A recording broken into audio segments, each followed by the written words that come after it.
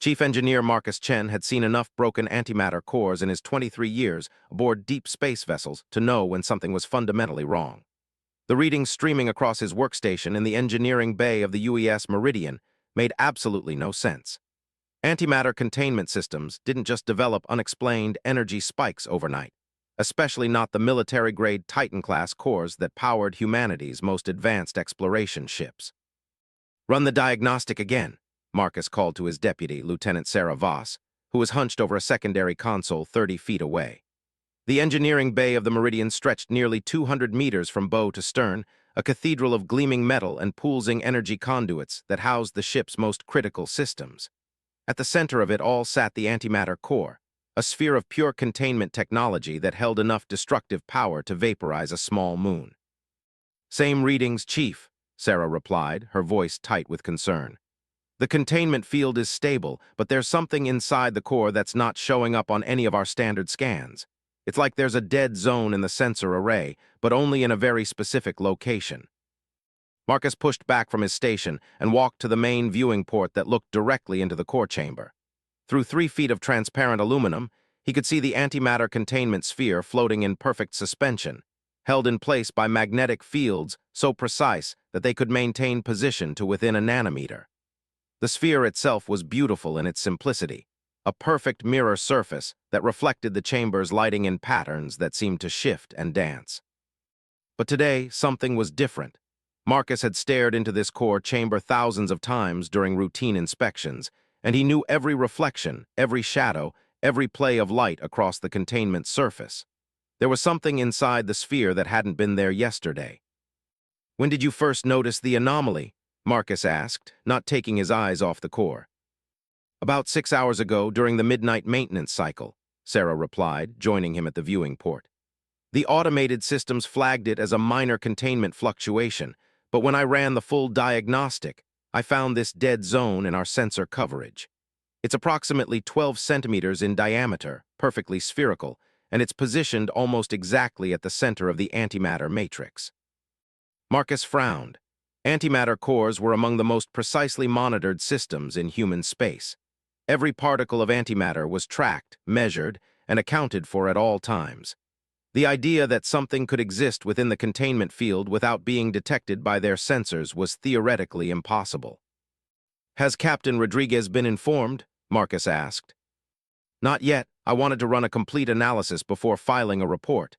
But Chief, there's something else. The energy output from the core has actually increased by 0.7% since the anomaly appeared.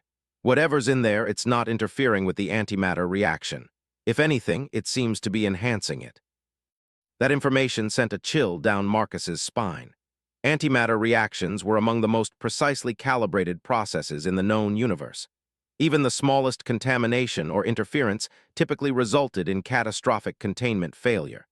The fact that this mysterious object was somehow improving the reaction efficiency defied everything he knew about physics. "Pull up the construction records," Marcus ordered, moving to a tertiary console. "I want to see every component that went into this core, every inspection report, every maintenance log since the Meridian left Earth orbit 18 months ago." As Sarah worked to compile the requested data, Marcus activated the comm system. "Bridge, this is engineering. I need to speak with the captain immediately." Captain Alina Rodriguez's voice came through the speakers within seconds. "What's the situation, Marcus?" "Ma'am, we have an anomaly in the antimatter core that requires your immediate attention. I'm sending up preliminary data now, but I'd recommend you come down to engineering to see this for yourself." There was a brief pause before the captain responded. "On my way." Marcus had served under Captain Rodriguez for the past 4 years, and he developed a deep respect for her analytical mind and steady leadership. The Meridian was humanity's most advanced deep space exploration vessel, equipped with experimental technology and tasked with investigating anomalies along the edge of known space. If anyone could make sense of this situation, it would be Alina Rodriguez. The captain arrived in engineering 15 minutes later, accompanied by Science Officer Dr. James Patterson and First Officer Commander Lisa Park. Marcus immediately led them to the core viewing chamber, where he'd prepared a comprehensive briefing display. "Show me what we're dealing with," Captain Rodriguez said without preamble. Marcus activated the holographic display system, which projected a three-dimensional representation of the antimatter core above the conference table. At approximately 200 hours this morning, our automated monitoring systems detected an unusual energy signature within the core chamber. When we investigated, we discovered this. He highlighted a small spherical region at the center of the antimatter matrix. On the display, it appeared as a simple gray void where their sensors couldn't penetrate. Our instruments can detect everything within a 100-kilometer radius of this ship with pinpoint accuracy, Marcus continued. But there's a 12-centimeter sphere inside our own antimatter core that might as well be invisible. We can see that something is there because it's displacing the antimatter around it, but we can't identify what it is or how it got there. Dr. Patterson leaned forward, studying the display intently. Have you considered the possibility of sensor malfunction? Perhaps we're looking at a dead zone created by interference from the antimatter reaction itself. That was my first thought, Marcus replied, but I've run diagnostics on every sensor array in the engineering section. All systems are functioning normally. More importantly, the antimatter reaction is actually more efficient now than it was before this object appeared. We're getting 0.7% more energy output with the same fuel consumption. Commander Park frowned. That's impossible. Antimatter reactions don't just become more efficient. The physics are absolutely fixed. That's what I thought too, Marcus said. But the numbers don't lie.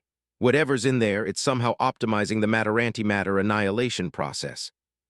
Captain Rodriguez studied the display for several long moments before speaking. Could this be some kind of alien technology?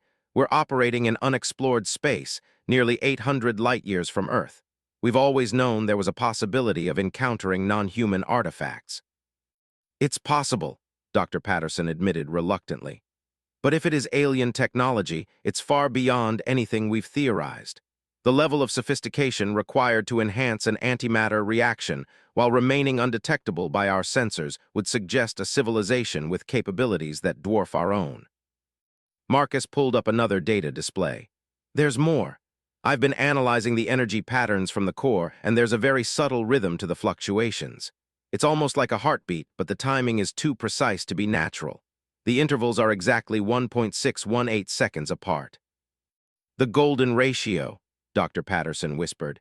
That's not a coincidence. Someone or something is deliberately using mathematical constants in whatever process is happening inside that core.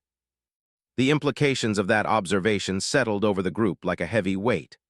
Random alien artifacts were one thing, but technology that incorporated advanced mathematical principles suggested intelligence, purpose, and a level of sophistication that was both fascinating and terrifying.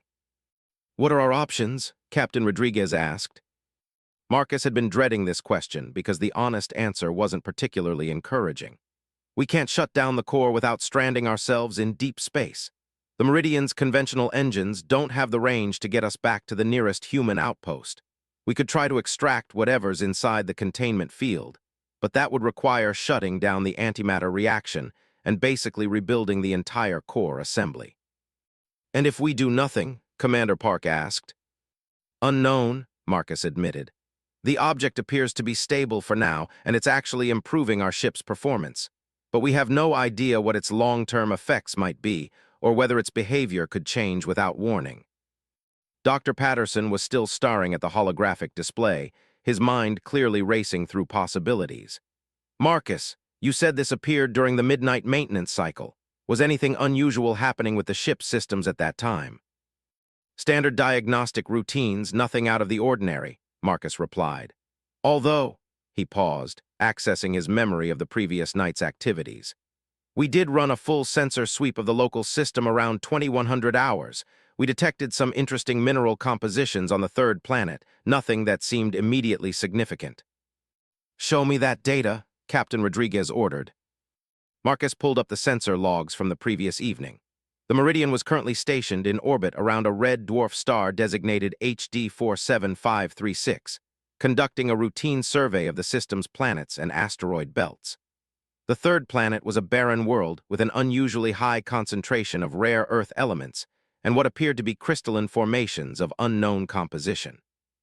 There, Dr. Patterson said, pointing to a specific reading on the display. Do you see that energy signature from the planet's surface? It's very faint, but it's pulsing in exactly the same rhythm as your antimatter core anomaly. Marcus felt his blood run cold as he verified the data. Dr. Patterson was absolutely correct.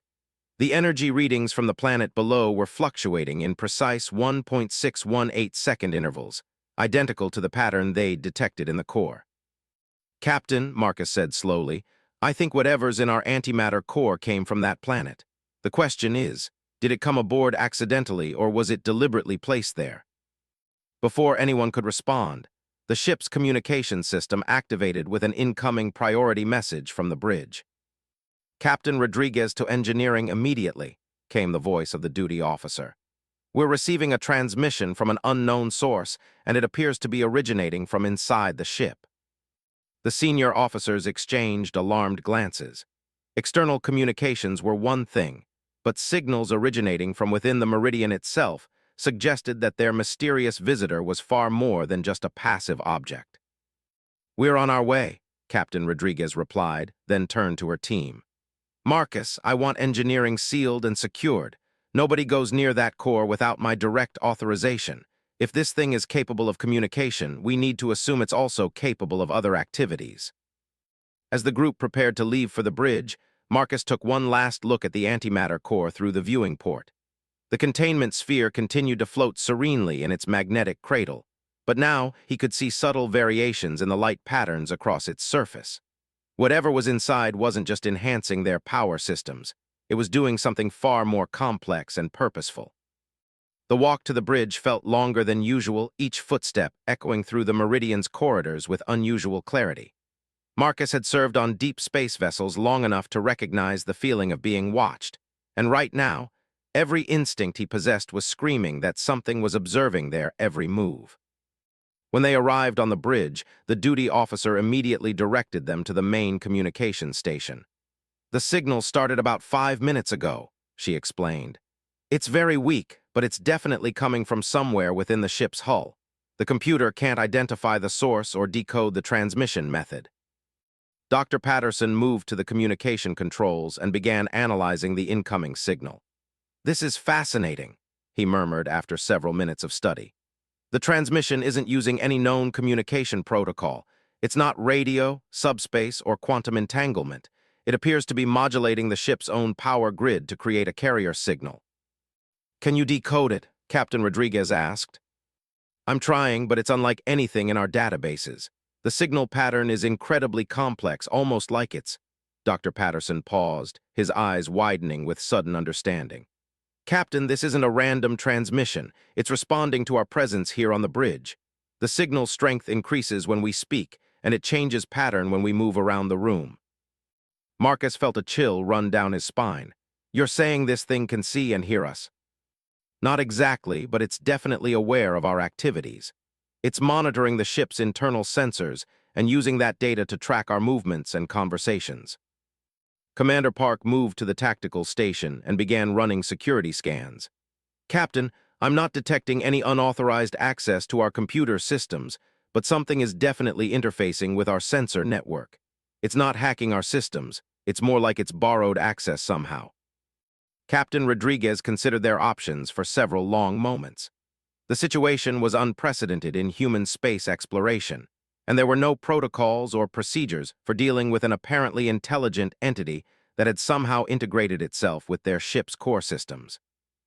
"Dr. Patterson, is there any way to establish meaningful communication with this signal?" she asked finally. "Possibly.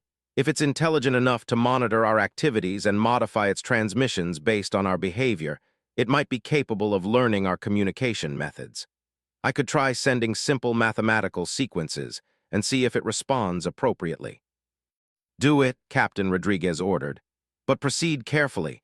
We don't know what this thing is capable of, and our entire ship is potentially at its mercy." As Dr. Patterson began the delicate process of attempting first contact with their mysterious visitor, Marcus couldn't shake the feeling that they were about to discover something that would change humanity's understanding of the universe forever. The object in their antimatter core wasn't just alien technology.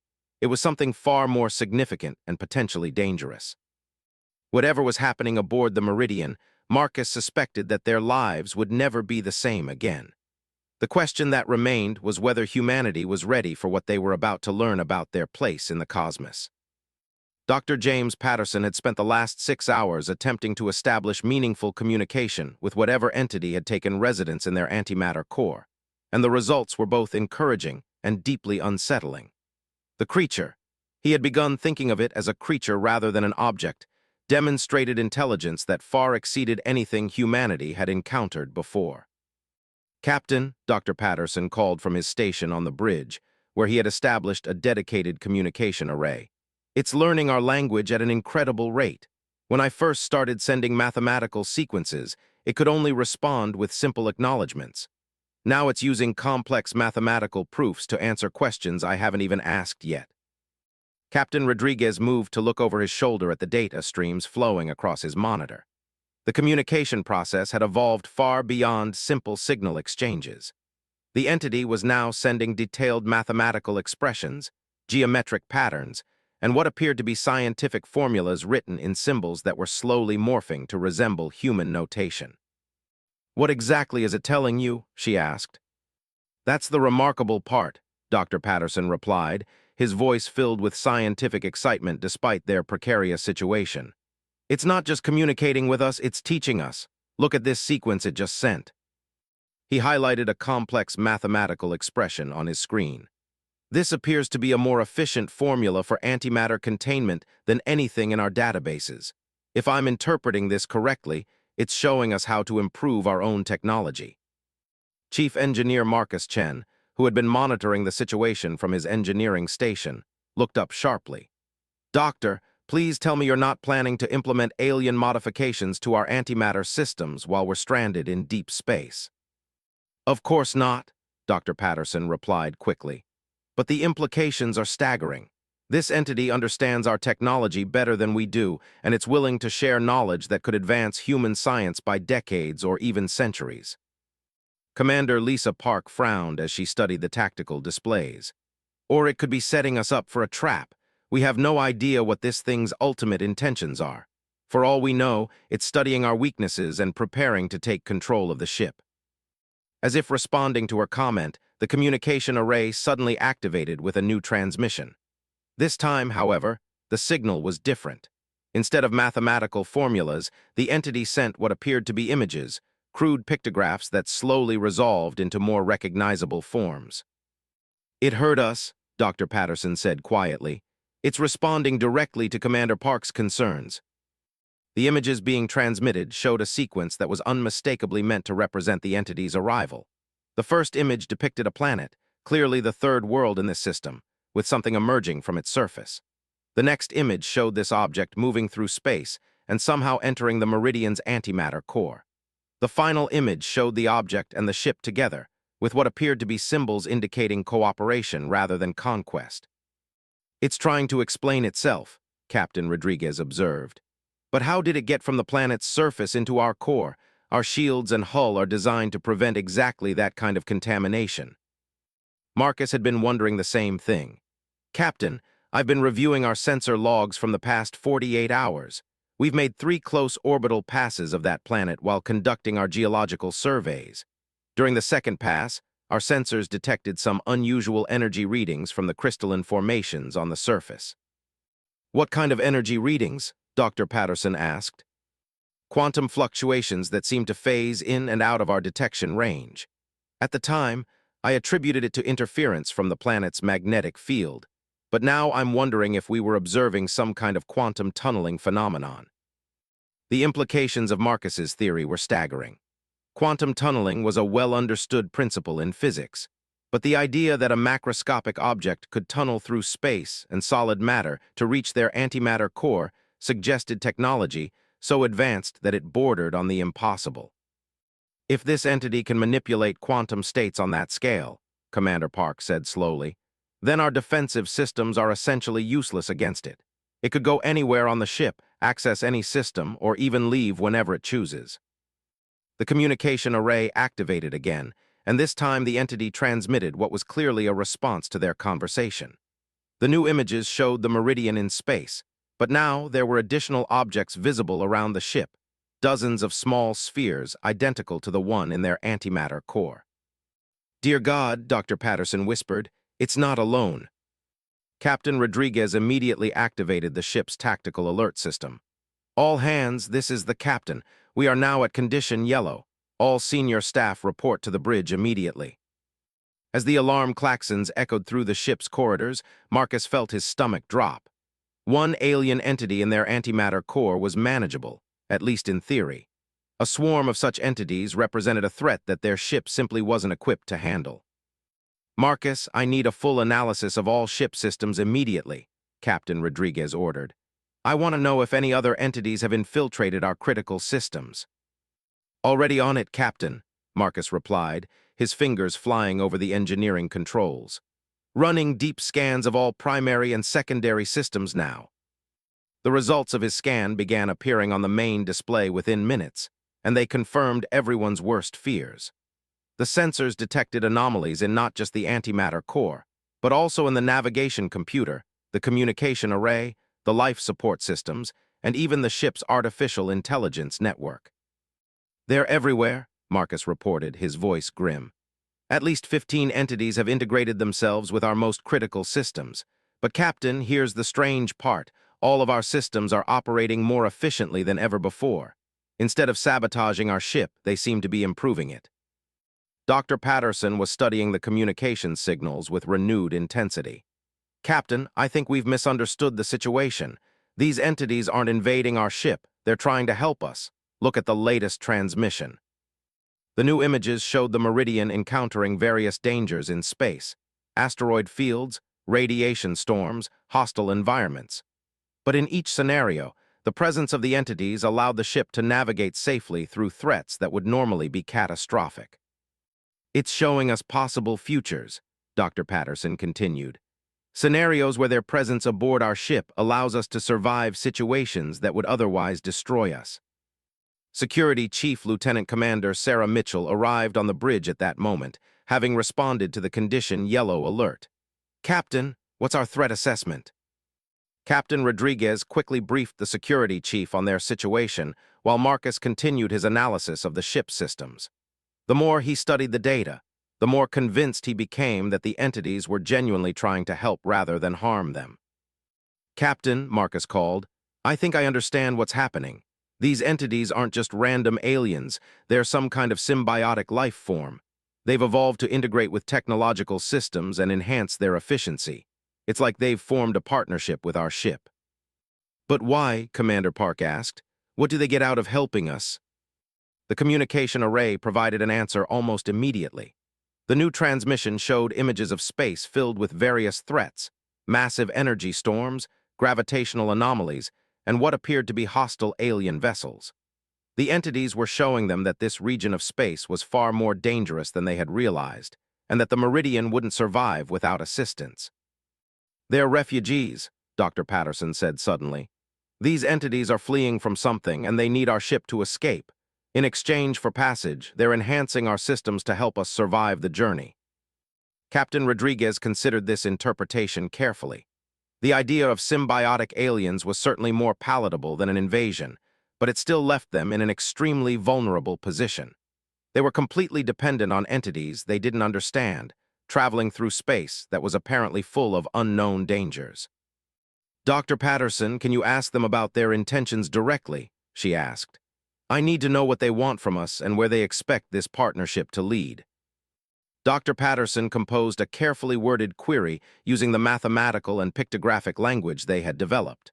The response came within seconds, and it was far more detailed than any previous communication. The entities transmitted a complex sequence of images that told a comprehensive story. They showed a distant galaxy where their species had evolved alongside advanced technological civilizations. For millions of years, they had formed symbiotic relationships with various spacefaring species, helping them explore the universe while gaining protection and transportation in return. But something had gone wrong in their home galaxy. The images showed vast areas of space going dark, entire star systems disappearing into what appeared to be expanding zones of nothingness. Their symbiotic partners had fallen one by one to this advancing threat, forcing the entities to flee across intergalactic space in search of new allies. They're the last survivors, Dr. Patterson said quietly. Their entire civilization was destroyed by something they call the Void Plague, a phenomenon that somehow erases matter from existence. They've been traveling for thousands of years, looking for a species advanced enough to help them establish a new symbiotic partnership. The final images in the sequence showed the entities detecting the Meridian's advanced antimatter technology and recognizing it as evidence of a species that might be capable of surviving what was coming. They had deliberately made contact because they believed humanity represented their best chance for mutual survival. "What exactly is this void plague?" Captain Rodriguez asked. The entity's response was both immediate and terrifying. They transmitted images of space itself unraveling, matter dissolving into quantum foam, and entire civilizations simply ceasing to exist. According to their data, the phenomenon moved slowly but inexorably, consuming everything in its path and leaving nothing behind but empty space. "Captain," Marcus said, his voice heavy with dread, "if they're telling the truth, this thing destroyed an entire galaxy and it's still expanding.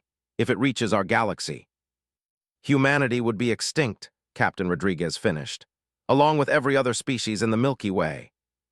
The bridge fell silent as the full implications of this revelation sank in. They weren't just dealing with first contact. They were potentially facing an extinction-level threat to all life in their galaxy.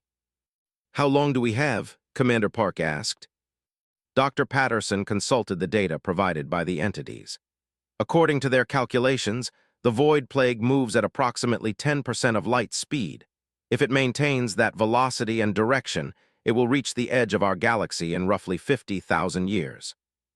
"That's a long time," Security Chief Mitchell observed. "Not when you're talking about developing technology to fight something that destroyed an entire galactic civilization," Marcus replied grimly. 50,000 years might not be nearly enough time to figure out how to stop this thing." The communication array activated again, and the entities transmitted what appeared to be technical specifications. Complex diagrams showing modifications to antimatter technology, faster-than-light engines, and defensive systems that were far beyond current human capabilities. "They're offering to help us," Dr. Patterson said. "These specifications show how to build technology that might be capable of fighting the Void Plague, but the level of advancement required would transform human civilization completely." Captain Rodriguez studied the technical diagrams with growing amazement. The proposed modifications to their antimatter systems alone would increase the Meridian's power output by several orders of magnitude. The faster-than-light engine designs suggested travel speeds that would make the entire galaxy accessible within a human lifetime. "The question is," she said finally, "are we ready for this level of advancement? And can we trust entities we've known for less than a day with the future of our entire species?" Marcus was already analyzing the technical specifications, and what he found was both exciting and concerning. "Captain, these designs are incredible, but implementing them would require resources and manufacturing capabilities that we simply don't have. We'd need the combined industrial output of dozens of planets just to build the prototype systems. Which means we'd have to return to human space and convince our governments to undertake the largest technological development project in history," Commander Park observed, "based on the word of aliens that nobody on Earth has ever seen." The entities seemed to understand their dilemma, because the next transmission showed images of the Meridian returning to Earth and sharing the new technology with human civilization.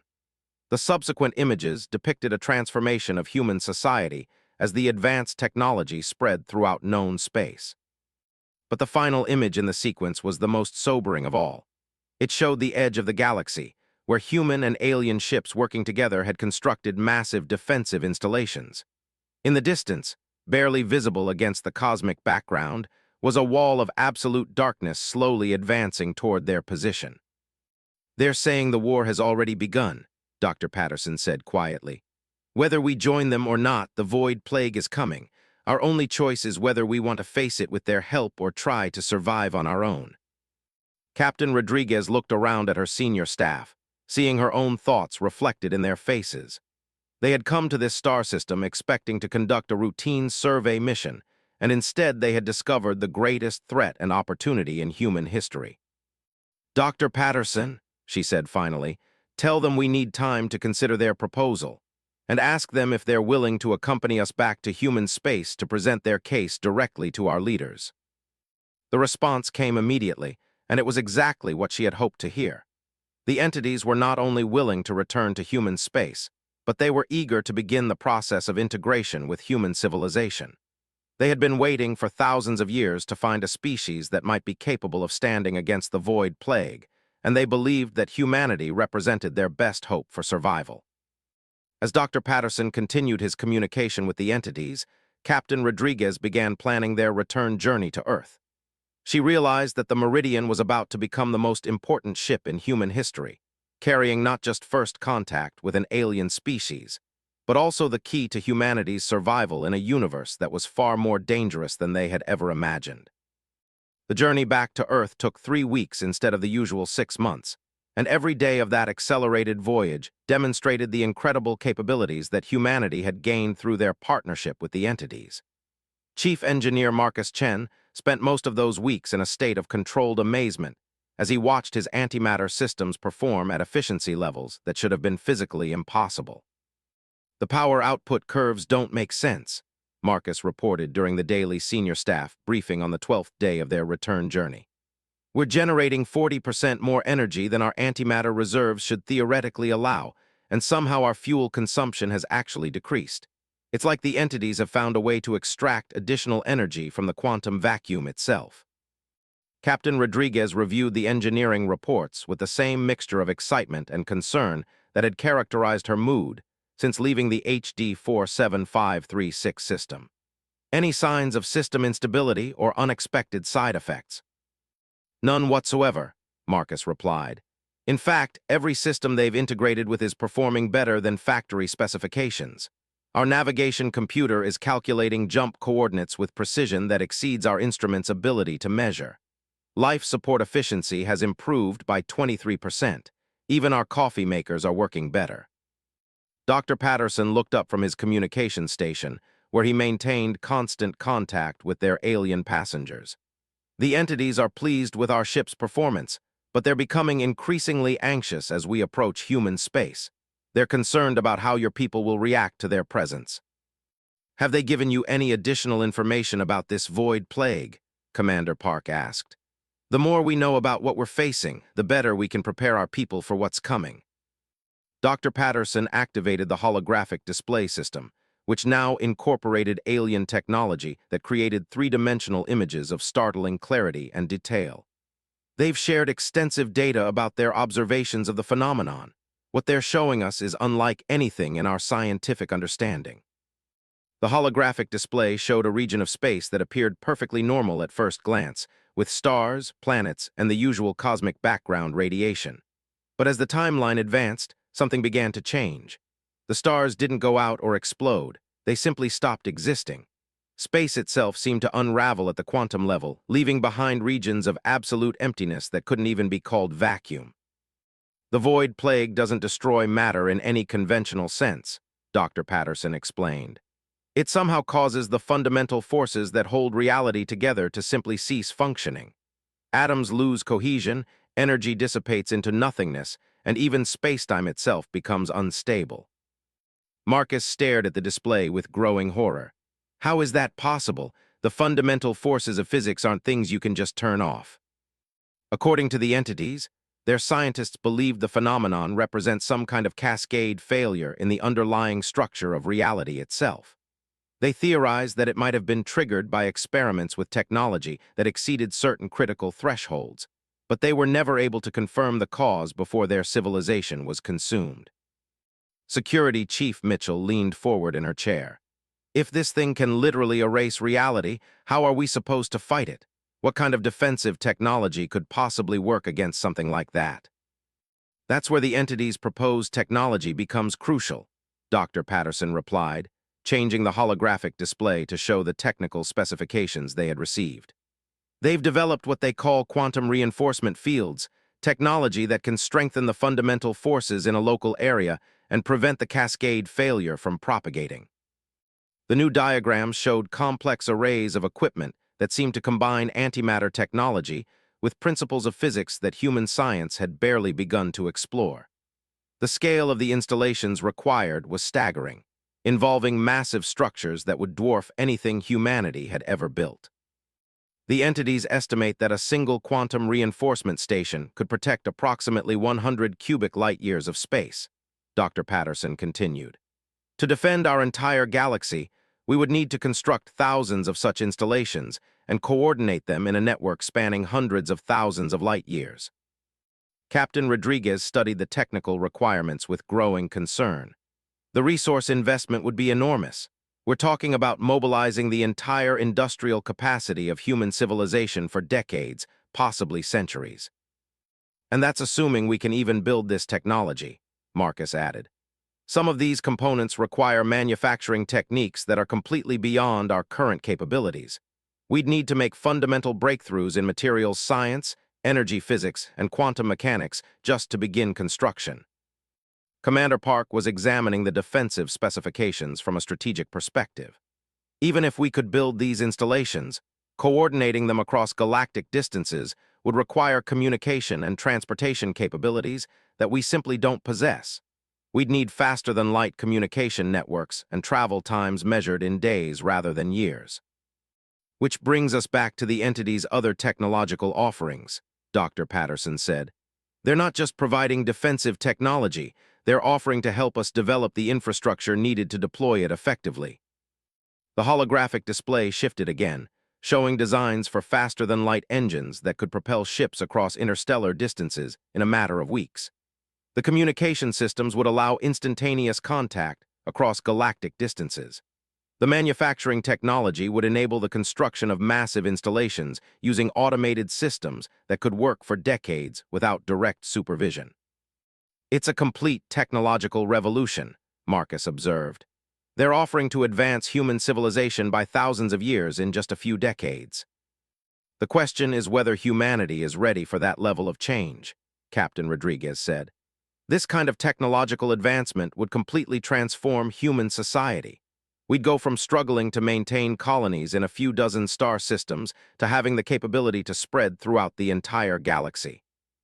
Security Chief Mitchell voiced the concern that had been nagging at all of them. And what happens to humanity in the process? If we become completely dependent on alien technology, are we still human, or do we become something else entirely? Dr. Patterson transmitted this question to the entities and received an immediate response. They understand our concerns, he said after studying their reply. Their own species went through similar transitions when they first encountered this technology millions of years ago. According to them, the key is maintaining what they call essential identity, holding on to the core values and characteristics that define a species while adapting to new capabilities.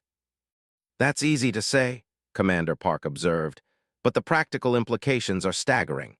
How do you maintain human values when you have the power to reshape entire star systems? How do you prevent the technology from being misused by individuals or groups with their own agendas? Before Dr. Patterson could relay this question to the entities, the ship's communication system activated with an incoming transmission from Earth. Captain Rodriguez had sent ahead a priority message alerting Earth Command to their situation, but this was the first response they had received. UES Meridian, this is Admiral Sarah Chen, Earth Fleet Command. Captain Rodriguez, you are ordered to proceed directly to Luna Base Gamma for immediate debriefing. Do not approach Earth or any other inhabited system until your situation has been fully evaluated. Captain Rodriguez activated the reply channel. Admiral Chen, this is Captain Rodriguez. Understood. We will proceed to Luna Base Gamma as ordered. Be advised that our passengers are cooperative and have expressed strong desire to present their case directly to Earth's leadership. Negative, Captain. Until we understand exactly what we're dealing with, all alien entities remain classified as potential hostile unknowns. You will maintain current security protocols and prepare for immediate transfer to containment facilities upon arrival. The communication channel closed, leaving the bridge in uncomfortable silence. Captain Rodriguez exchanged glances with her senior staff, all of whom understood the implications of Admiral Chen's orders. They're going to try to separate us from the entities, Dr. Patterson said quietly. Earth Command sees them as a potential threat that needs to be contained and studied, not as allies offering to help save humanity. Marcus was already thinking through the technical implications. If they remove the entities from our ship, we'll lose all the enhancements they've provided. Our antimatter systems will revert to baseline efficiency, and we'll have no way to demonstrate the capabilities they're offering. More importantly, Commander Park added, we'll lose our only means of communication with them. Without Dr. Patterson's interface protocols, Earth's scientists might not be able to establish contact at all. Captain Rodriguez faced a decision that would determine the future of human-alien relations and possibly the survival of their species. She could follow Admiral Chen's orders and allow the entities to be treated as potential threats, or she could find a way to ensure that humanity's first contact with an alien species resulted in cooperation rather than conflict. Dr. Patterson asked the entities if they understand what's likely to happen when we reach Luna Base, she said finally. I want to know if they're prepared for the possibility of hostile reception. The response came quickly, and it was both reassuring and concerning. The entities understood that humanity would be cautious about accepting alien assistance, and they were prepared to demonstrate their peaceful intentions. However, they also made it clear that they would not allow themselves to be imprisoned or studied like laboratory specimens. They're saying they'll cooperate with reasonable security measures, Dr. Patterson translated, but they won't submit to hostile examination or containment.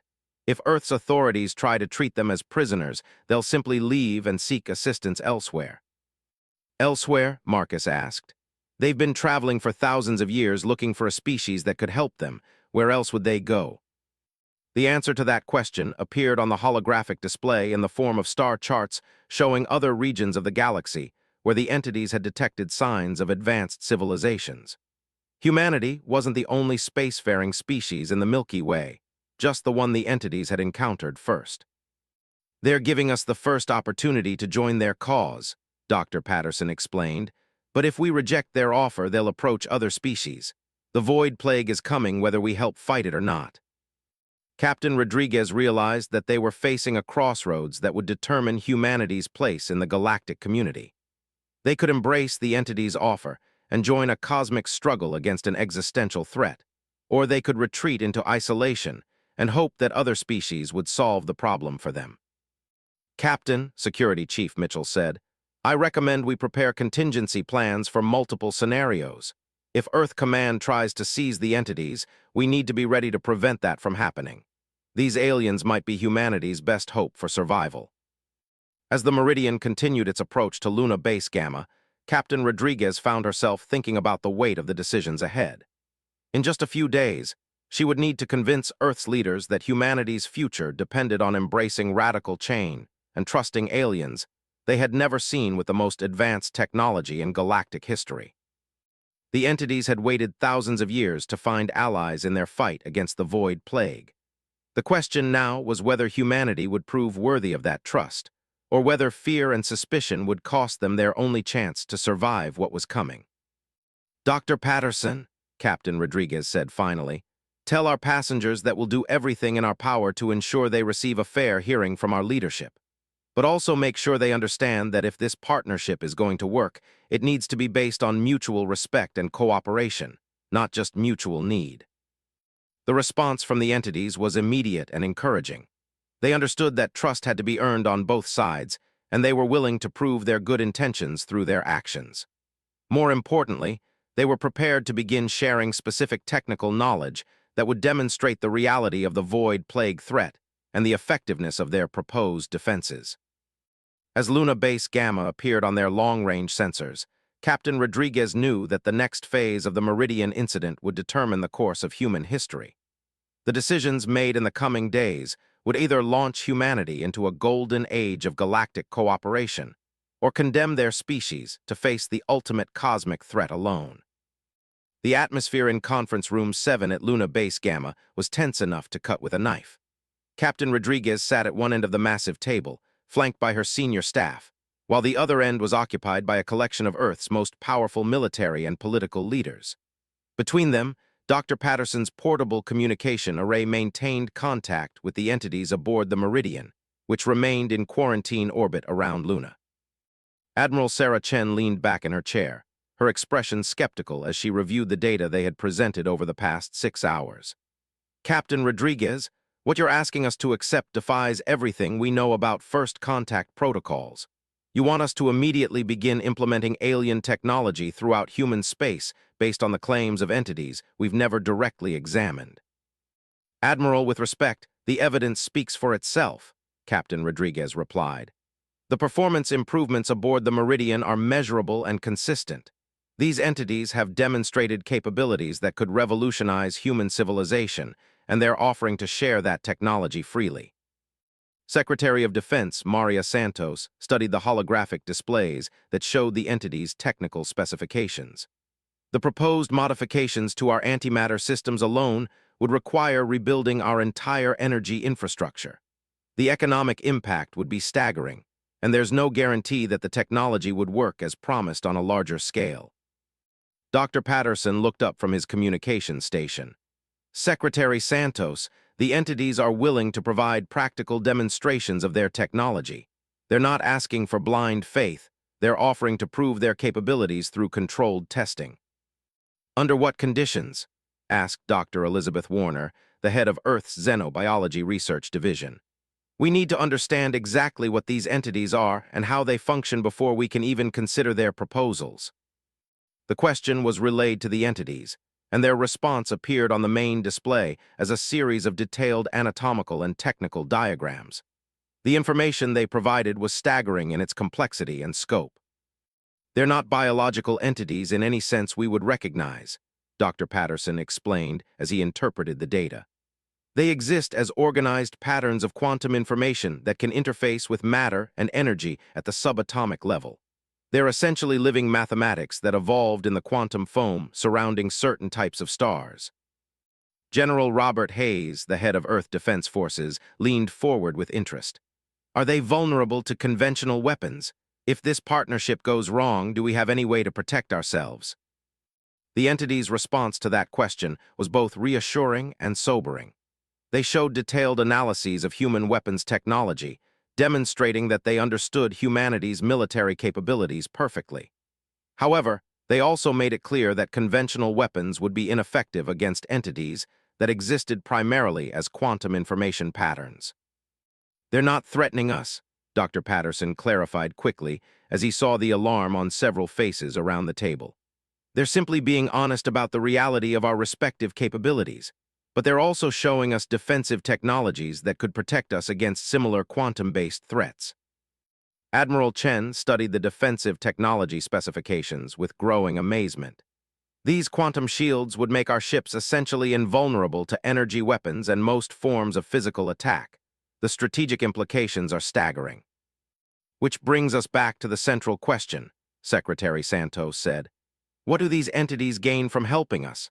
Their claims about this void plague could be elaborate fiction designed to manipulate us into accepting their technology for unknown purposes. Dr. Patterson relayed this concern to the entities, and their response was immediate and comprehensive. The main display filled with astronomical data showing the current position and expansion rate of the void plague, along with detailed observations of its effects on matter and energy. They're providing real-time sensor data from the edge of our galaxy, Dr. Patterson reported. According to this information, the void plague has already begun affecting the outermost star systems. The expansion rate has accelerated, and they now estimate it will reach Earth's sector of the galaxy in approximately 30,000 years rather than 50. The conference room fell silent as the implications of this information sank in. 30,000 years was still a vast span of time by human standards, but it was significantly less than their previous estimates. Chief Engineer Marcus Chen had been analyzing the technical data throughout the meeting, and now he spoke up for the first time. Ladies and gentlemen, I've spent the past 3 weeks working with this technology aboard the Meridian. From an engineering perspective, I can confirm that everything the entities have shown us is both real and functional. The efficiency improvements to our antimatter systems are not theoretical. They're happening right now. But can we reproduce the technology without their direct assistance? Dr. Warner asked. If we become dependent on alien entities to maintain our infrastructure, we're essentially surrendering our technological independence.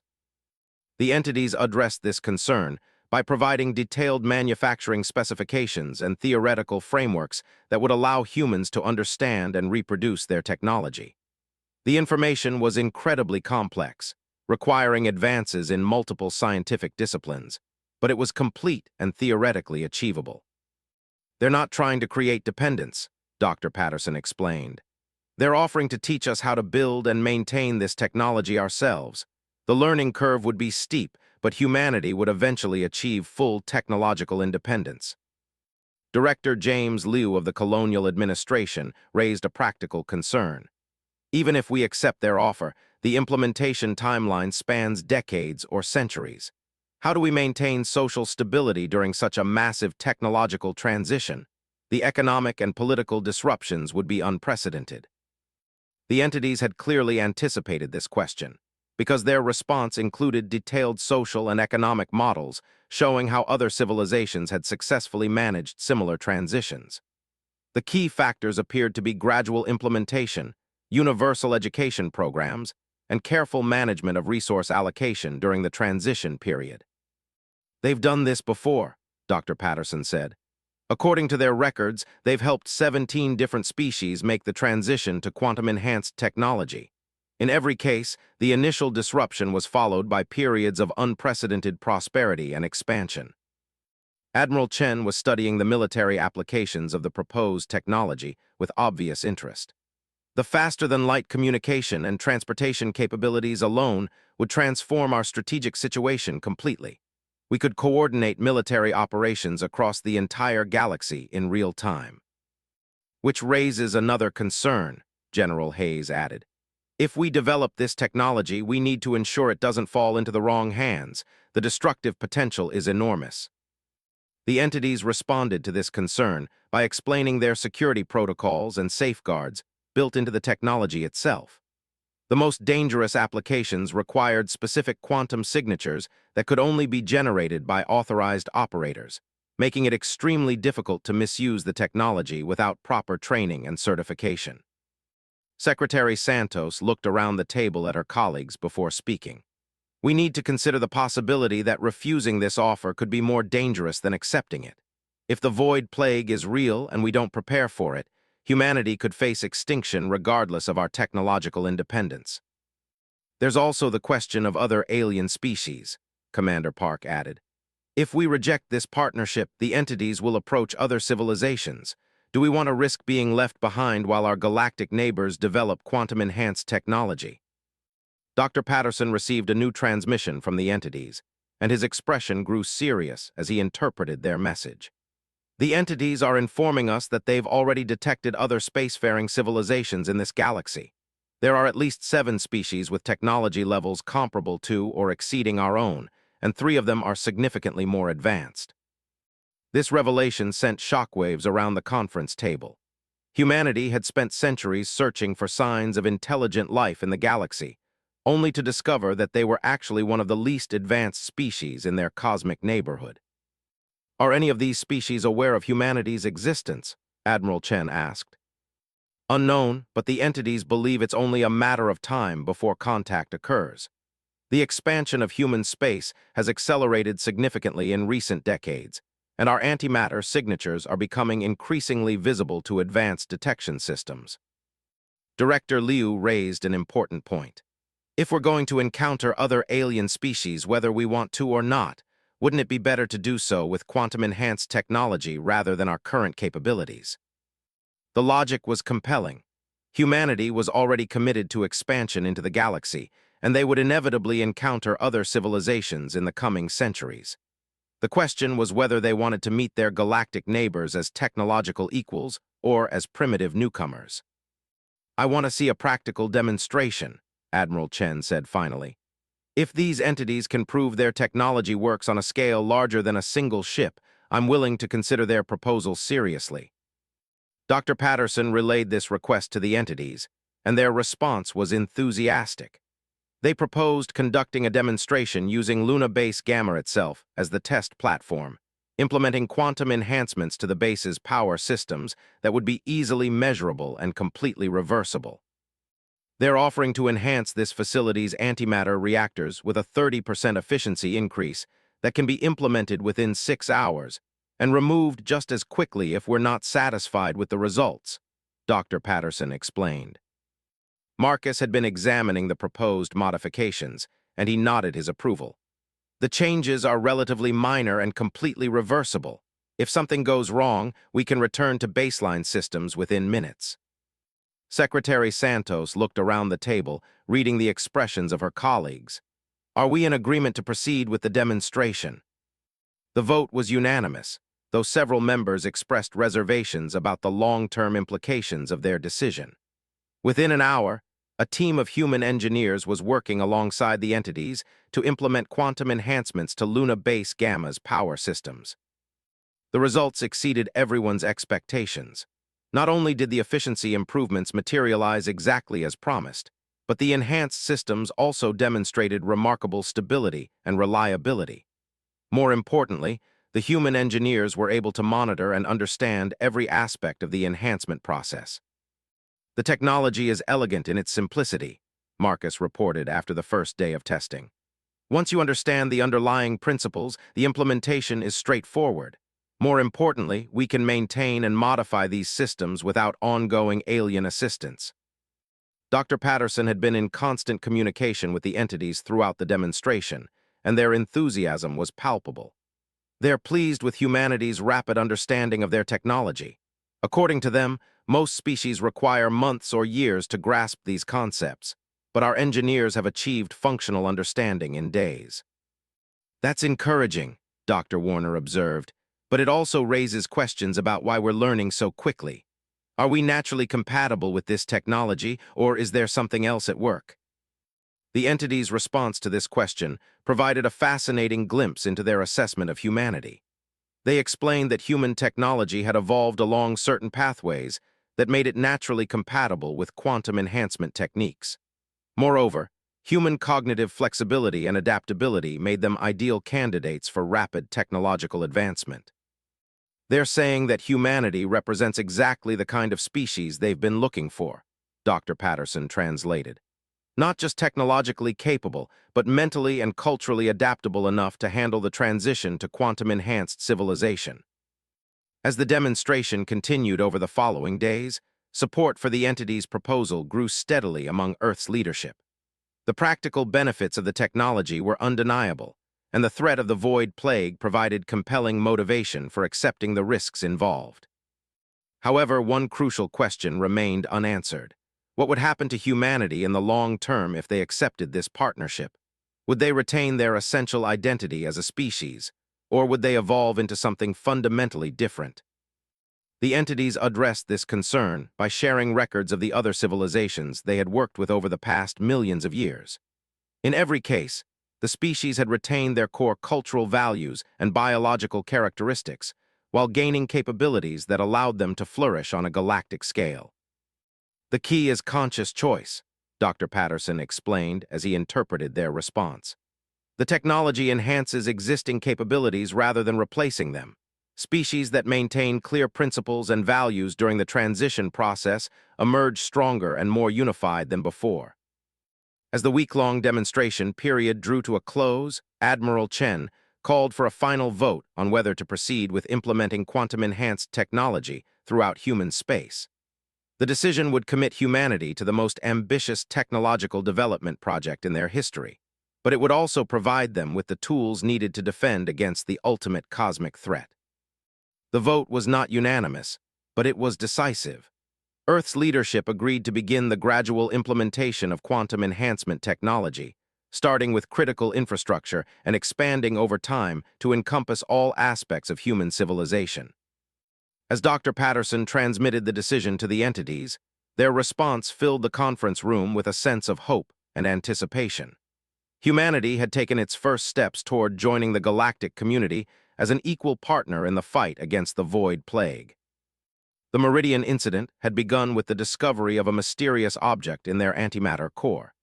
It was ending with humanity's transformation into a quantum-enhanced civilization capable of defending not just themselves, but the entire galaxy against the ultimate threat to existence itself. 5 years after the Meridian incident, Chief Engineer Marcus Chen stood on the observation deck of the newly constructed Terra Nova Quantum Defense Station and marveled at how completely human civilization had been transformed. The station itself was a testament to the partnership between humanity and the entities. A massive installation spanning 50 kilometers that combined human engineering expertise with quantum enhancement technology to create defensive capabilities that would have been pure science fiction just a few years earlier. "Final systems check complete," reported Lieutenant Sarah Voss, who had been promoted to Deputy Chief of Quantum Engineering after demonstrating exceptional aptitude for the new technology. "All quantum reinforcement fields are operating at optimal efficiency. We're ready to begin the first full-scale test." Marcus nodded as he reviewed the data streaming across his enhanced display systems. The Terra Nova station was the prototype for the Galactic Defense Network that would eventually protect the entire Milky Way from the advancing void plague.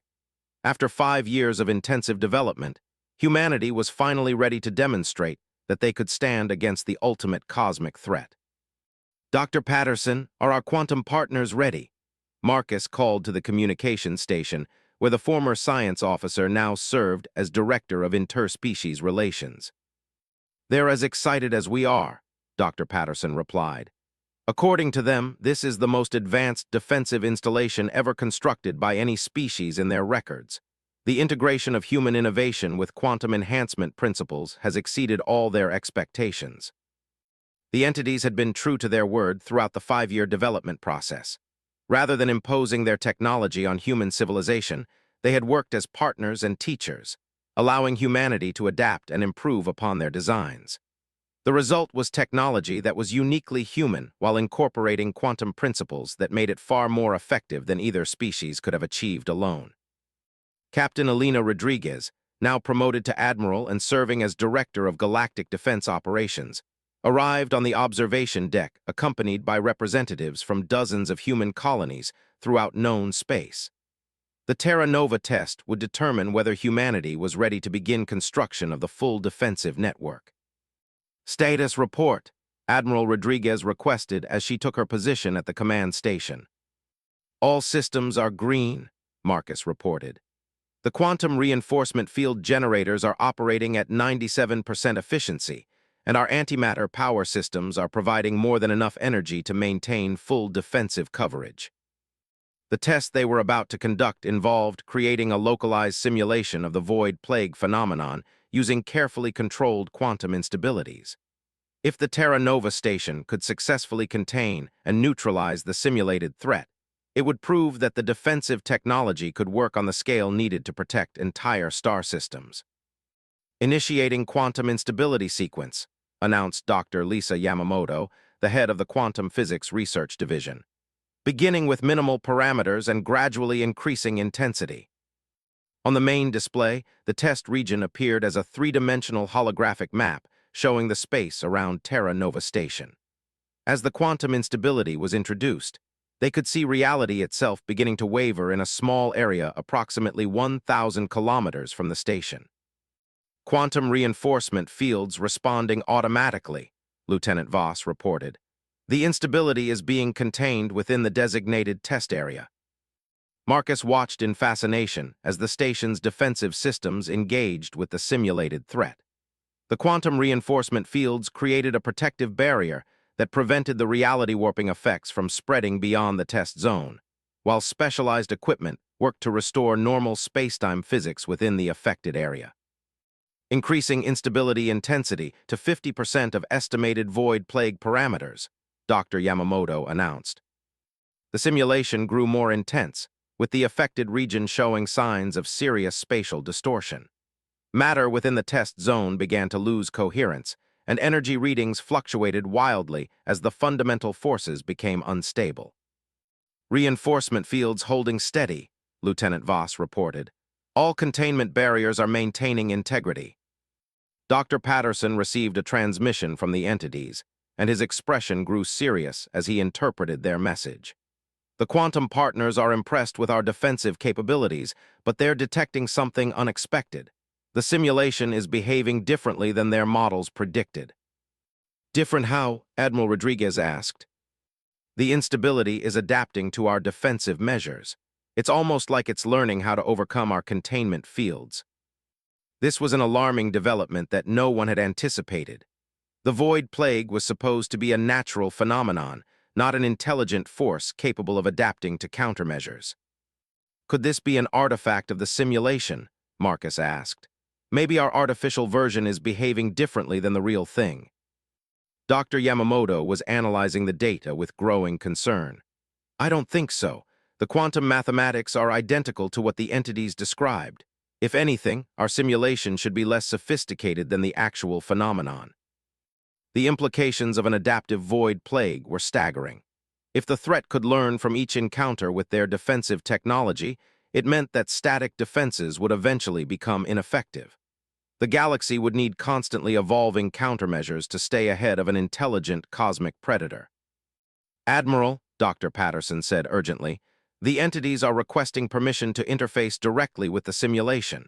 They believe they can provide insights into what we're observing. Granted, Admiral Rodriguez replied immediately. We need to understand what we're dealing with. The entity's intervention was immediate and dramatic. Through the station's quantum enhancement systems, they began to analyze the simulated void plague at levels of detail that human sensors couldn't achieve. What they discovered changed everything humanity thought they knew about the threat they were preparing to face. The entities are reporting that the void plague isn't a natural phenomenon, Dr. Patterson translated with growing amazement. It's a weapon, an artificial construct created by an unknown civilization and designed to consume entire galaxies. The observation deck fell silent as the full implications of this revelation sank in. They weren't preparing to defend against a cosmic disaster. They were gearing up for war against an enemy that had already destroyed one galaxy and was systematically working its way through others. Who created it? Admiral Rodriguez asked. The entity's response was both frustrating and terrifying. They had no idea who was responsible for the void plague, but their analysis suggested it was created by a civilization with technological capabilities that exceeded anything in their records. The weapon was designed to be self-improving, learning from each galaxy it consumed and becoming more efficient at its task of universal destruction. How many galaxies has it destroyed? Marcus asked. At least 17, possibly more, Dr. Patterson replied after consulting with the entities. The weapon has been active for millions of years, moving from galaxy to galaxy and leaving nothing behind but empty space. Dr. Yamamoto was studying the simulation with renewed urgency. If this thing is designed to adapt to defensive measures, our entire strategic approach needs to change. We can't just build static defenses and hope they'll hold. We need to develop technology that can evolve faster than the weapon can adapt. The entities transmitted a new set of technical specifications that addressed this exact challenge. The proposed defensive systems included not just quantum reinforcement fields, but also adaptive countermeasure generators that could modify their behavior in real time based on the weapon's tactics. They're showing us how to build defenses that can think, Dr. Patterson explained. Quantum-enhanced artificial intelligence systems that can develop new countermeasures faster than the void plague can adapt to them. Admiral Rodriguez studied the new specifications with growing excitement. This is exactly what humanity excels at, adaptive problem-solving and innovative thinking. If we can build AI systems that incorporate human creativity with quantum processing power, we might be able to stay ahead of this weapon. The test simulation was modified to incorporate the new understanding of the void plague as an adaptive weapon. The results were both encouraging and sobering. Terra Nova Station's enhanced defenses were able to contain the threat, but only by constantly changing their tactics and developing new countermeasures. The good news is that our technology works, Marcus reported. The bad news is that defending against the void plague will require constant innovation and adaptation. We can't just build a defense network and maintain it. We'll need to continuously improve it. Lieutenant Voss was analyzing the resource requirements for the adaptive defense systems. The computational requirements are enormous. We'll need quantum processing centers in every defended system, and they'll need to be connected by faster-than-light communication networks to share tactical data instantaneously. How long do we have to build this network? Admiral Rodriguez asked. Dr. Patterson consulted with the entities and returned with updated timeline estimates. The weapon's approach to our galaxy has accelerated. They now estimate we have approximately 15,000 years before it reaches the outer edge of the Milky Way. 15,000 years seemed like a vast amount of time, but building a defensive network that spanned an entire galaxy would be the largest construction project ever attempted by any civilization. It would require the coordinated effort of multiple species and technological capabilities that were still largely theoretical. We're going to need allies, Admiral Rodriguez realized. The entities mentioned other advanced species in our galaxy. It's time to make contact with them and see if they're willing to join this fight. The entities responded enthusiastically to this suggestion. They had been hoping that humanity would reach this conclusion, because defeating the Void Plague would require the combined efforts of every advanced civilization in the galaxy. They're offering to serve as intermediaries for first contact with other species, Dr. Patterson explained. Their quantum signatures are recognized throughout the galaxy as neutral and peaceful. They can arrange meetings and provide translation services for initial negotiations. Over the following months, humanity began the complex process of establishing contact with their galactic neighbors. The results were both encouraging and challenging. Most species were willing to cooperate against the common threat, but coordination between civilizations with vastly different technologies and social structures proved extremely difficult. The Zephyrians were energy-based beings who existed as organized plasma fields around their home star. Their technology was based on stellar manipulation and solar engineering that could reshape entire star systems. The crystalline collective consisted of silicon-based life forms that thought and acted as a unified consciousness, spanning thousands of planets. Their construction capabilities were unmatched in the galaxy, but they operated on timescales that measured progress in geological epochs. Most challenging were the Void Hunters, a warrior species that had been fighting the Void Plague for millennia without success. They brought extensive tactical knowledge and advanced weapons technology, but their aggressive approach to problem-solving conflicted with humanity's preference for cooperative solutions. Each species brings unique capabilities, Admiral Rodriguez observed during a conference with Earth's leadership. But coordinating their efforts is like trying to conduct a symphony where every musician plays a different style of music. Marcus had been working with teams from all the allied species to integrate their technologies into a unified defense system. The technical challenges are staggering. Zephyrian stellar engineering operates on scales that dwarf our largest installations. Crystalline construction methods take centuries to complete but create structures that are essentially indestructible. Void Hunter weapons can destroy planets, but they require resources we don't have access to. What about the entities? Dr. Patterson asked. Can they help coordinate between the different technologies? The entities had indeed become the crucial link between the allied species, serving as translators not just for language, but for fundamental differences in how each civilization approached science and technology. Their quantum nature allowed them to interface with all the different technological paradigms simultaneously. They're proposing a modular approach, Dr. Patterson explained. Instead of trying to build one unified defense system, we create specialized installations that play to each species' strengths. Zephyrian stellar shields to protect entire star systems, crystalline construction facilities to build massive defensive platforms, Void Hunter weapon systems for active engagement, and human command and control networks to coordinate everything. The final design that emerged from 2 years of interspecies cooperation was breathtaking in its scope and ambition. The Galactic Defense Network would consist of hundreds of thousands of installations spread throughout the Milky Way, each one specialized for specific defensive functions, but connected by quantum communication networks that allowed instantaneous coordination across galactic distances.